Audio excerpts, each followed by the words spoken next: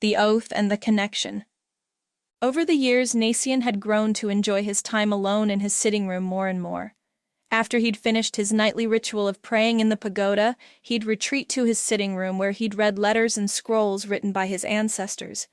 It was his way of connecting with those who came before him and honoring their memory. Rightly so, he also became increasingly annoyed with anyone who interrupted him. Zahn knew never to barge in on the king during this time. It was unfortunate that Tanar did not understand the nature of Nacian's compulsion for solitude. He found it particularly difficult to acknowledge any desire for isolation when he had so many questions about Damori. Tana sat in the lotus position at a knee-high table placed squarely in the center of two finely woven straw mats. Nacian was seated on a stool directly in front of him. Tana tugged his legs closer and stared at his father, but his eyes and thoughts were someplace far away. He cocked his head to the side as if beckoning more visuals in his daydream, and he started to grin. At first it was a small grin, but it grew into something broader. Nacian could see the corners of Tanner's lips curl up. He tried to ignore him and continue reading, but Tanner started drumming his fingers on the mat with an annoyingly repetitive rhythm. Nacian turned away in an effort to signal the young man that his behavior and actions were distracting. Tanner took the hint and stopped drumming. He stood to his feet and paced. He was quiet at first, and then he began shuffling his feet over the mats, making a scraping sound with the soles of his feet. Nacian had enough. He slammed the scroll down and glared at Tanar. "Stop your insufferable squirming and tell me what is on your mind," he demanded.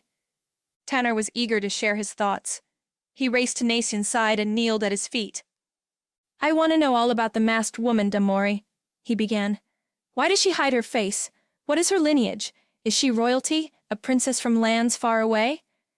Nacian was surprised and further annoyed at Tanar's obvious obsession with Damori. He mentally cursed himself for not anticipating the connection. All he ever considered was the fact he was training two highly skilled, disciplined fighters in an elusive fighting art form. He'd never stopped to consider the fact that both Tanar and Damori were spirited and impressionable young adults who were still very susceptible to the callings of adulthood. They were man and woman, and they were training alone for hours on end. How could he not see this coming? Nacian shook off his wild thoughts and looked Tanar square in the eyes. "It is not a good thing," he began firmly, "that you are more concerned with Damori than you are in the training you requested of me for many moons." Tanar shook his head and laid his hand upon his father's arm. "I'm curious, that is all. In the same way one must be curious of his adversary so as not to underestimate him." "Her. So, father, what say you? How does she come to be so skilled, so strong, and so enchanting?" "Damori lives a life of abject sacrifice. If you wish to honor her, you must be prepared for an even greater sacrifice." Tanar considered Nacian's words as he began to pace again. Nacian watched him moving back and forth, deep in thought, and wondered if he'd said enough to quell the emotional connection Tanar was feeling, or if he'd actually said too much. Tanar paced some more and finally settled against the wall furthest away from Nacian. He needed the distance to settle his racing mind. He sat on his knees, closed his eyes, and suddenly felt the urge to pray. When he was done, he opened his eyes but couldn't bring himself to look at his father as he spoke. He cast his gaze on the ground. "Tell me, father," he said with a hint of embarrassment in his tone. "How will I know when I should sacrifice for a worthy person?" Nacian's eyes softened. He stood and moved to Tanar's side to caress his face. It is quite painless to glorify the agony of sacrifice when it is distant. All I can say with certainty is that often the heart aches when it compels us to take foolish actions, which clearly go against reason. The rest you must discover for yourself. Nacian kissed his son's forehead and returned to his table to read. Tanar watched him for a moment before he stood and departed. Tanar made his way to the garden plateau, which was still illuminated by a waxing gibbous moon. The garden was carved into the hillside and had been converted to a training ground once Tanar began studying twisting dagger swordplay. Secrecy was necessary to keep the techniques hidden from outsiders. Unusually large sunflowers surrounded the training ground, adding another level of cover as Tanar retrieved his sword and began practicing. He swung the sword a few times, practicing his thrust and parry. He turned aggressively to a small tree beside him and lunged with his sword. He impaled the tree, and then took a moment to focus. His wrist twisted and rapidly turned clockwise, then counterclockwise.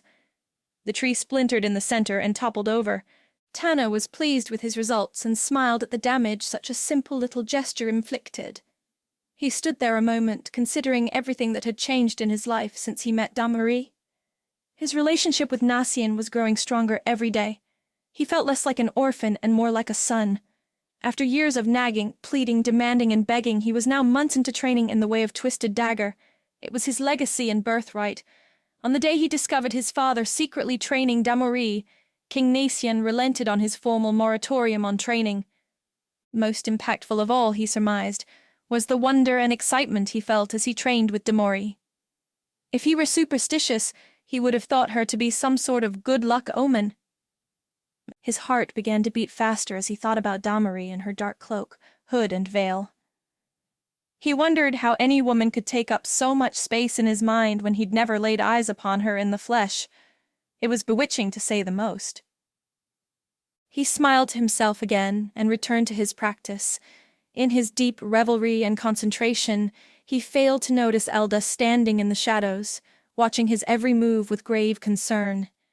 When Tanner launched an attack on another tree, Elda took the opportunity to scurry away. Elda marched through the castle halls to the king's sitting room. He rapped on the door 3 times and waited until he heard Nacien respond. When Elda entered, Nacien was back to reading. This time, however, he held a scroll with illustrations of twisting dagger movements. "You have sealed his fate, Lord Nation," Elda exclaimed with finality. Nacien cast a steely eye at Elda, and his face grew flush. Elda didn't retreat. He locked on to Nacien's gaze until the king tempered his anger. "Our fates are already written," Nacien countered. "The legend you hold dear requires blood for blood," Elda reminded the king. "A person of noble birth must die for the promise to be fulfilled. You know this, my lord. This is why you swore an oath not to train your son, to spare his life." "Elda," Nacien barked, "you once thought me foolish for believing in the legendary promise of Emperor Gerwolf." "You swore an oath," Elda reminded him. "He was not dissuaded. If you continue training Tanner, he will die." "Can you not see?" Nacien pleaded. "For once Tanner is happy and has no fiery words for his father. How can I bear to deliver a rejection yet again and return life to the dismal past?" Elda stared at the king for a moment. He was far beyond the limits of protocol, and Nacien thought he saw anger and fear in Elda's eyes. However, when he tried to study Elda's gaze further, the man shook his head with dissatisfaction and exited.